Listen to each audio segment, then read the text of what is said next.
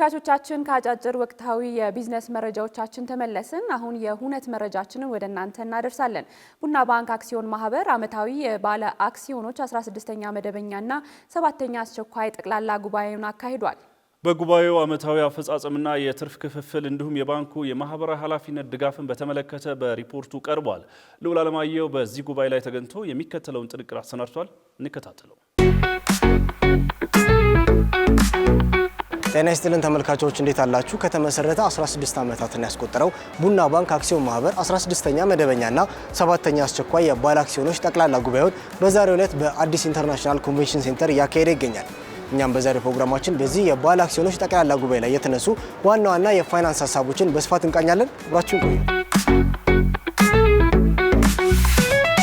በርካታ ቁጥር ያላቸው ባለ አክሲዮኖች በታደሙበት በዚህ ጉባኤ ላይ የቡና ባንክ የዳይሬክተሮች ቦርድ ሊቀመንበር አቶ ሙልጌታ አስማረ የባንኩን ዓመታዊ ሪፖርት ለባለ አክሲዮኖች አቅርበዋል። በሪፖርቱም ባንኩ በተጠናቀቀው የ2024/25 የሂሳብ ዓመት በታሪኩ ከፍተኛ የሆነውን ከታክስ በፊት 2 ቢሊዮን 627 ሚሊዮን ብር ትርፍ ማግኘቱ ተገልጿል። ባንካችን በተጠናቀቀው እንደ አውሮፓውያን አቆጣጠር የ2024/25 የሂሳብ ዓመት በታሪኩ ከፍተኛ የሆነውን ከታክስ በፊት 2 ቢሊዮን 627 ሚሊዮን ብር ትርፍ በማስገኘት ጠንካራ አፈጻጸም አስመዝግቧል። አቶ ሙልጌታ አክለውም በሂሳብ ዓመቱ መጨረሻ የባንኩ አጠቃላይ ተቀማጭ ገንዘብ 51.2 ቢሊዮን ብር መድረሱንና የብድር አቅርቦቱንም ካለፈው የሂሳብ ዓመት በ9.8 በመቶ በማሳደግ ባንኩ የሰጠው ጠቅላላ ብድር 42.69 ቢሊዮን ብር መድረሱን ገልጸዋል። የባንካችን የሀብት ማሰባሰብ ስራ በደንበኞቻችን እና በህብረተሰቡ ዘንድ ያለንን ጠንካራ እምነትና ተቀባይነት የሚያሳይ ሲሆን በሂሳብ ዓመቱ መጨረሻ የባንካችን ጠቅላላ ተቀማጭ ገንዘብ 51.2 ቢሊዮን ብር ደርሷል። ይህም ካለፈው ዓመት አፈጻጸም የ16.7 በመቶ ወይም የ7.3 ቢሊዮን ብር ጭማሪን ያሳያል። በተለይም ከጠቅላላ የባንኩ ተቀማጭ ገንዘብ ውስጥ የቁጠባ ሂሳብ 65 በመቶ የሚሆነውን ዋናውን ድርሻ መያዙ የተረጋጋ የፋይናንስ ምንጭ እንዳለ ያመለክታል። በሌላ በኩል በወለድ ነፃ የባንክ አገልግሎት ወይም ኢንተረስት ፍሪ ባንኪንግ አማካኝነት የተሰበሰበው ተቀማጭ ገንዘብ ደግሞ በ24.4 በመቶ በማደግ በሂሳብ ዓመቱ መጨረሻ ላይ 2.4 ቢሊዮን ብር መድረሱ የገበያውን ፍላጎት በብቃት ማሟላታችንን ያመለክታል። ስለሆነም በአጠቃላይ የሂሳብ ዓመቱ የተቀማጭ ገንዘብ አፈጻጸም የሚያሳየው የሀብት ማሰባሰብ ስልታችን ውጤታማ መሆኑን ነው የሚያመለክተው። ብድርን በተመለከተ የሀገራችንን ኢኮኖሚ የመደገፍ ኃላፊነታችንን በመወጣት በሂሳብ ዓመቱ መጨረሻ የብድር አቅርቦታችንን ካለፈው ሂሳብ ዓመት በ9.8 በመቶ በማሳደግ ባንካችን የሰጠውን ጠቅላላ ብድር 42.69 ቢሊዮን ብር አድርሷል።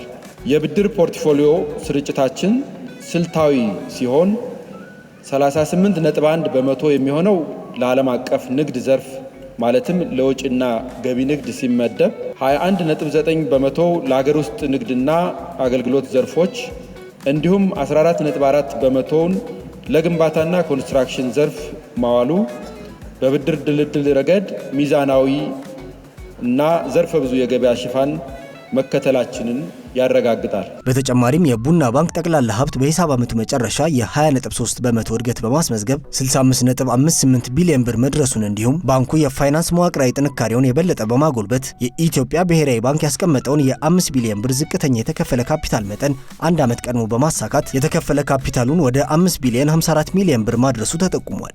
የቡና ባንክ ጠቅላላ ሀብት በሂሳብ ዓመቱ መጨረሻ የ20.3 በመቶ እድገት በማስመዝገብ 65.58 ቢሊዮን ብር ደርሷል። ይህ የሀብት እድገት የባንካችንን የፋይናንስ መሰረት ጥንካሬና ለወደፊት የበለጠ ለመስፋፋት ያለውን ዝግጁነትና ብቃት የሚያመላክት ነው።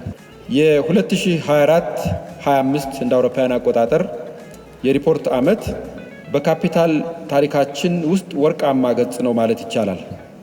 ባንካችን የኢትዮጵያ ብሔራዊ ባንክ ያስቀመጠውን የ5 ቢሊዮን ብር የተከፈለ ካፒታል ዝቅተኛ ገደብ አንድ ዓመት አስቀድሞ በማሳካት የተከፈለ ካፒታሉ 5 ቢሊዮን 54 ሚሊዮን ብር ማድረስ ችሏል። ይህ ስኬት ለባንካችን ዘላቂ የሆነ እድገት፣ የፋይናንስ መረጋጋት እና ለባለአክሲዮኖቻችን ሀብት እድገት ባንካችን ያለውን አቅም በእጅጉ አጉልቶ የሚያሳይ ነው። በሌላ በኩል የባንካችን ጠቅላላ ካፒታል ደግሞ በ24.8 በመቶ በማደግ 8.8 ቢሊዮን ብር ደርሷል። ቡና ባንክ የተቋቋመበትን ዋና ዓላማ ከመተግበር ጎን ለጎን የህብረተሰቡን ብሎም የሀገራችንን ኢኮኖሚ እድገት በሚያሻሽሉ ጉዳዮች ላይ በመሳተፍ ማህበራዊ ኃላፊነቱን እየተወጣ ይገኛል። በዚህም መሰረት ባንኩ በሂሳብ ዓመቱ ለመንግስት ከከፈለው የትርፍ ግብር በተጨማሪ ለተለያዩ ማህበራዊና አገራዊ ጉዳዮች በድምሩ ብር 20.3 ሚሊዮን ድጋፍ አድርጓል። የባንኩ ማህበራዊ ኃላፊነትን የመወጣት ተግባር ወደፊትም አቅም በፈቀደ መጠን ተጠናክሮ የሚቀጥል ይሆናል። የኢትዮጵያ ብሔራዊ ባንክ እንደ ሁልጊዜውም ሁሉ ለጥያቄዎቻችን ተገቢውን ምላሽ በመስጠት በዘርፉ ጤናማ ውድድር እንዲኖር ከፍተኛ አስተዋጽኦ አድርጓልና ብሔራዊ ባንክን ማመስገን እወዳለሁ። በአጠቃላይ ለባንኩ በሁሉም ዘርፍ ድጋፍ ለሚደረጉ የባለድርሻ አካላት ሁሉ ከልብ የመነጨ ምስጋናዬን አቀርባለሁ። የባንካችን ስኬት በቀጣዩ ዓመትም በባለአክሲዮኖች፣ በደንበኞች፣ በቦርዱ፣ በማኔጅመንቱና በሰራተኛውና በሁሉም የቡና ባንክ ባለድርሻ አካላት ጥረትና ድጋፍ ይበልጥ ተጠናክሮ እንደሚቀጥል ሙሉ ተስፋ አለኝ።